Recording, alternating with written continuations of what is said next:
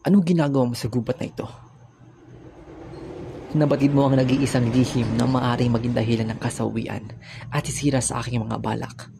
Dapat kitang patayin.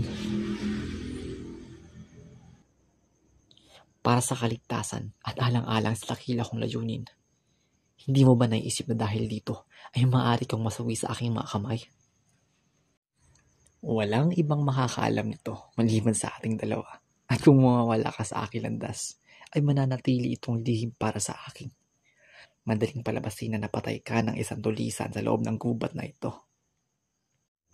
Ha? Sa simula pa lamang akin nang nasaksihan ang inyong mga lupon. Ang mga kabataang naghahangad ng itatag ang akademiya. Ilang beses ko na nga bang itinangkang makakausap sila makaraig o isagani upang ipaunawa sa inyo na mali ang inyong mga binabalak. Ngunit ngayon, hindi ka nakikinig at batid kong iisipin nyo lamang ako'y nababaliw o nasisiraan ng bait. Ngunit ngayon nasa akin ang pagkakataon. Hahayaan kitang mabuhay, Basilio.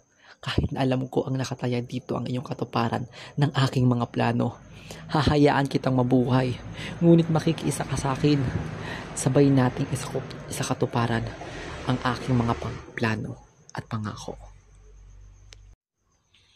Sabihin mo sa akin, Basilio, kung ano ang mapapala mo kung ikaw ay nakapagtapos.